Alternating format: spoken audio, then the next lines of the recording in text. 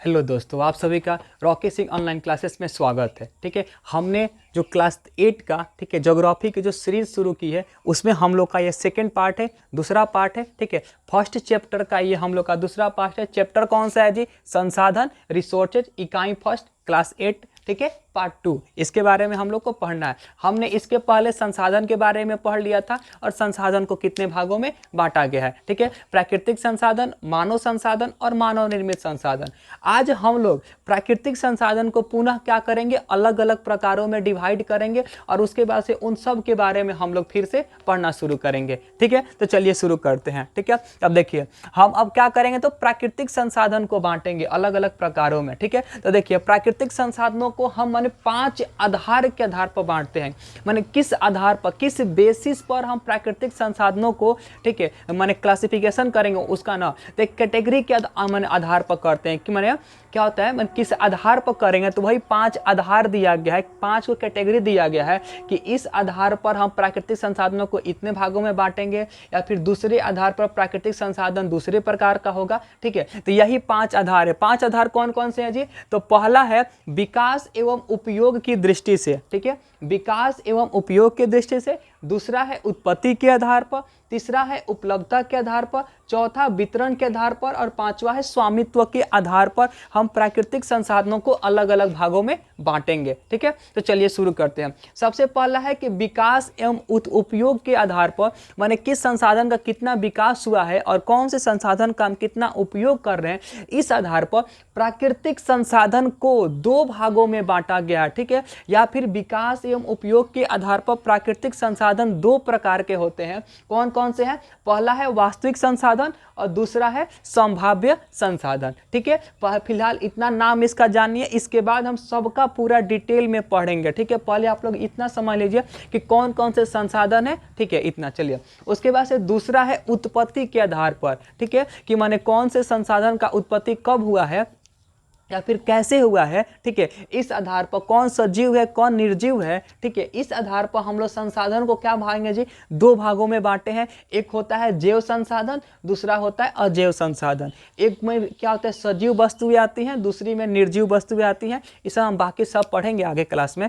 चलिए, इसमें अगला है 3 नंबर है उपलब्धता के आधार पर। ठीक है, कि कौन सा संसाधन की मात्रा सीमित है जिसका कितना भी उपयोग कर लेंगे तो कबो खत्म नहीं होगा, और कौन सा संसाधन है कि अगर उसका ज्यादा उपयोग कर लिए तो एक ना एक दिन कहियो ना कहियो खत्म हो जाएगा। ठीक है, उसी को कहते हैं कि उपलब्धता के आधार पर संसाधन 2 प्रकार के होते हैं।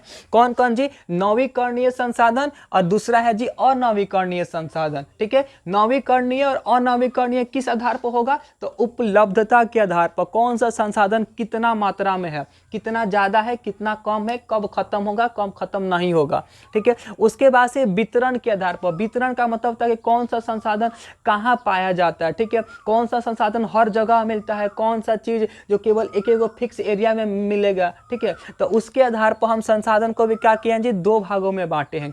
एक को कहेंगे सर्वत्र उपलब्ध संसाधन या सर्वत्र सुलभ संसाधन भी कहते हैं, जो हर जगह मिलता है, जैसे कि हवा। हवा हर जगह मिल जाता है। ठीक है, और दूसरा क्या है कि स्थानिक संसाधन जो किसी वो खास जगह में ही मिलेगा, जैसे कि झारखंड का क्या जी? जादूगोड़ा का यूरेनियम। यूरेनियम जादूगोड़ा में ही मिलता है, हर जगह हर स्थान पर हर स्टेट में नहीं मिलेगा। तो यह क्या है? स्थानिक संसाधन है। ठीक है, तो ये हो गया। उसके बाद आता है कि स्वामित्व के आधार पर। स्वामित्व का मतलब होता है कि अधिकार। ठीक है, उस पर किसका अधिकार होगा, इसके आधार पर संसाधनों को मतलब 8 क्लास में 3 भागों में बांटा गया है एनसीईआरटी किताब में। जब वही 10th क्लास में जाइएगा तो आपको यहाँ पर एक और टाइप आ जाता है। ठीक है, तो 4 भागों में बांटा जाता है क्लास 10th में। फिलहाल आप लोग 3 ही याद रखिए।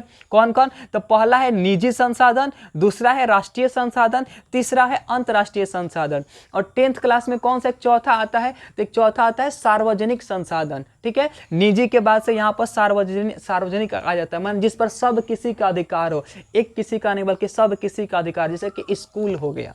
ठीक है। वैसे यहाँ पर ये तो समझ गए कि प्राकृतिक संसाधनों को हम 5 आधार पर अलग अलग भागों में क्या किए हैं जी, बांटे हुए हैं। कौन कौन सा आधार है इस सब के बारे में आप लोग जानेंगे। अब यहाँ से हम क्या करते हैं, अब एक उठाते हैं अपना विकास एवं उपयोग के आधार पर, ठीक है, की दृष्टि से प्राकृतिक संसाधन को जो हम 2 भागों में बांटे हैं, वास्तविक और संभाव्य संसाधन, उसके बारे में अब हम क्या करते हैं, पढ़ना शुरू करते हैं। ठीक है, तो सबसे पहला संसाधन कौन सा हमारा, कि वास्तविक संसाधन। तो यहाँ से ये सवाल बनेगा कि वास्तविक संसाधन और संभाव्य संसाधन में डिफरेंस क्या है। ठीक है, देखिए इस टॉपिक से हम लोग को संसाधनों में डिफरेंस से सवाल मैंने पूछा जाएगा।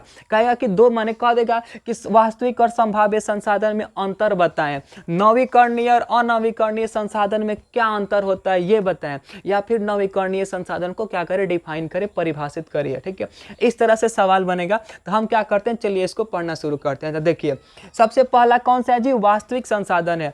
तो वास्तविक संसाधन देखिए नाम से ही लग रहा है कि वास्तविक मतलब ये चीज वास्तव में होता है, हम इसका प्रयोग वास्तव में करते हैं। ठीक है, तो देखिए कि वैसा संसाधन जिसकी जो माने कुल मात्रा है ना, वो क्या है कि हमको पता है कि ये जो पदार्थ है ना कितना है, 100 किलो है या फिर 1000 टन है या फिर 2000 टन है या फिर 2 करोड़ टन है। माने हमको क्या है कि इसकी जो क्वांटिटी है, जिसकी मात्रा है ना, कितना इसका भंडार है, इसके बारे में हमको क्या है कि पता है। कि मान हमको ही पता है कि कोयला भारत में कितना हजार मान कितना करोड़ टन है। ठीक है, तो अगर किसी भी संसाधन का हमको मात्रा पता है, उसका क्वांटिटी पता है, और साथ ही में अगर हम उस संसाधन का उपयोग भी कर रहे हैं, उसका हम लोग यूज भी कर रहे हैं, तो उसी चीज को हम लोग कहते हैं वास्तविक संसाधन।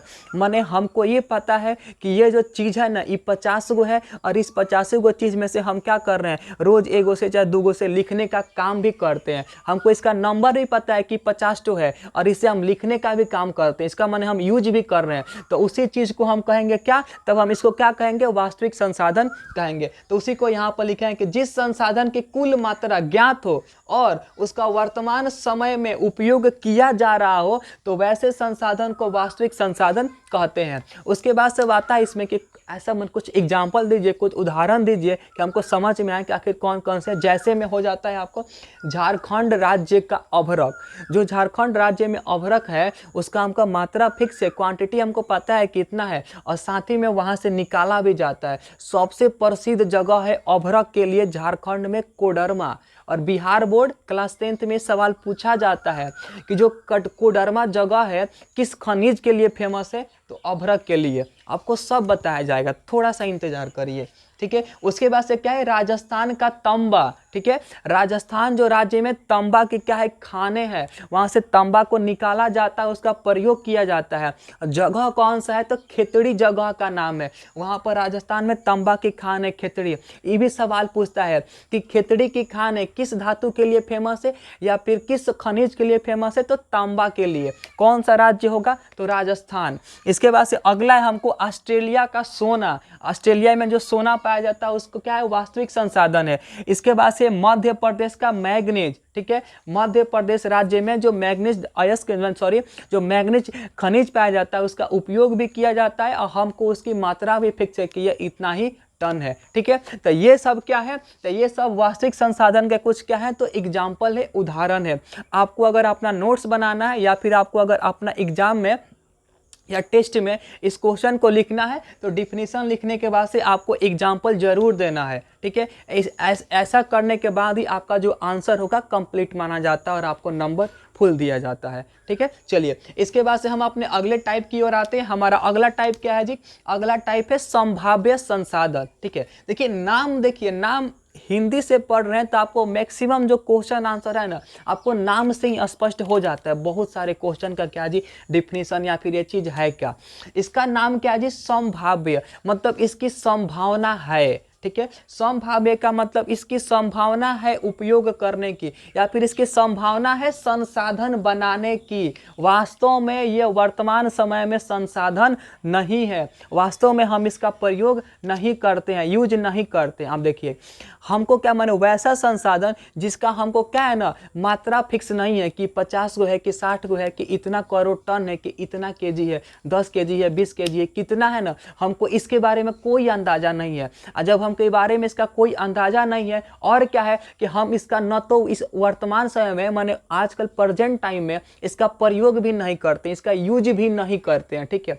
न तो हमको इसकी न माने क्वांटिटी के बारे में पता है कि कितना है, इसका माने हमको मात्रा ज्ञात नहीं है, और न ही हम इसका वर्तमान समय में जी प्रयोग करते हैं, दोनों में से कोई काम नहीं करते हैं, तो उसको क्या कहेंगे जी, संभाव्य संसाधन कहेंगे। तो इसके बारे में हमको क्या पता है, हमको इतना पता है कि इस संसाधन का हम भविष्य में उपयोग करेंगे, फ्यूचर में उपयोग करेंगे। मतलब हमारे पास क्या है ना, अभी कुछ टेक्निक नहीं है, कुछ क्या है ना, इस तरह का तकनीकी ज्ञान हमारे पास नहीं है जिसके द्वारा कि जो माने यहाँ से उस चीज़ों का माने क्या करें, हम उसको संसाधन बना सके, ठीक है।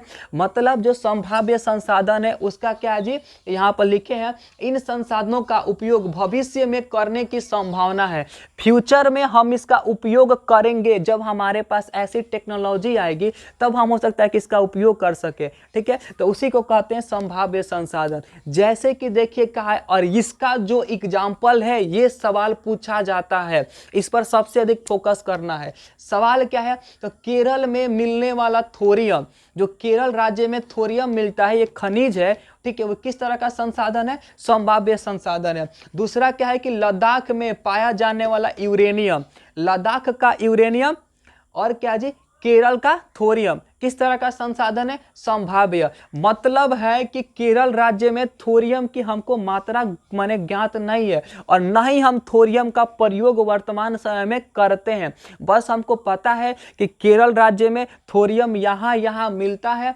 हमको उसका नंबर नहीं पता है, और हमारे पास ऐसी टेक्निक नहीं है कि हम उस थोरियम को निकाल सके, उसका प्रयोग करें, या फिर उस थोरियम को वहाँ से निकालना और उसको प्रयोग करना बहुत अधिक खर्चीला है। मतलब जितना हमको फायदा नहीं होगा, उतना से अधिक पैसा हम उसको, उस धातु को या फिर उस खनिज को निकालने में लगा देंगे, ठीक है। इसीलिए उसको अभी का नहीं निकाला जा रहा है, या फिर उसका प्रयोग अभी का नहीं किया जा रहा है, ठीक है। तो ये हो गया केरल में या थोरियम हो गया, और लद्दाख का यूरेनियम हो गया। किस तरह का संसाधन होगा, तो संभाव्य संसाधन होगा। अब देखिए यहां से नोट में एक बात बताया जाता है, लिखवाया जाता है, ये चीज क्या है, तो देखिए, अब देखिए आजकल क्या है, वर्तमान समय में जो सूरज का प्रकाश है, पवन ऊर्जा है, या फिर जो समुद्र का जो ज्वार भाटा आता है, उसमें जो समुद्र की लहरें हैं, ठीक है, ये सब वर्तमान समय में वास्तविक संसाधन है। लेकिन प्राचीन समय में ये क्या थी, संभाव्य संसाधन थी। आजकल हम लोग सूरज के प्रकाश से, सोलर के द्वारा क्या करते हैं, बिजली का उत्पादन कर लेते हैं, नदी के जल से भी बिजली का उत्पादन कर लेते हैं, पवन से, हवा से भी आजकल हम लोग बिजली का उत्पादन पवन चक्की के द्वारा उत्पादन कर ले रहे हैं, ठीक है। इसका मतलब क्या कि ये सभी का हम आजकल वर्तमान में इसका यूज कर रहे हैं, प्रयोग कर रहे हैं, तो ये क्या है, वास्तविक संसाधन है। लेकिन आज से 500-600 साल पहले, 200 साल पहले हमारे पास कुछ ऐसी टेक्नोलॉजी नहीं थी कि हम क्या करें, कि सूरज के प्रकाश से हम लोग बिजली उत्पन्न करें। मतलब क्या था, तो उस समय जो सूरज का प्रकाश था, क्या था जी, संभाव्य संसाधन था। उस समय हमको क्या थी, इसकी संभावना थी कि हम फ्यूचर में उपयोग करेंगे,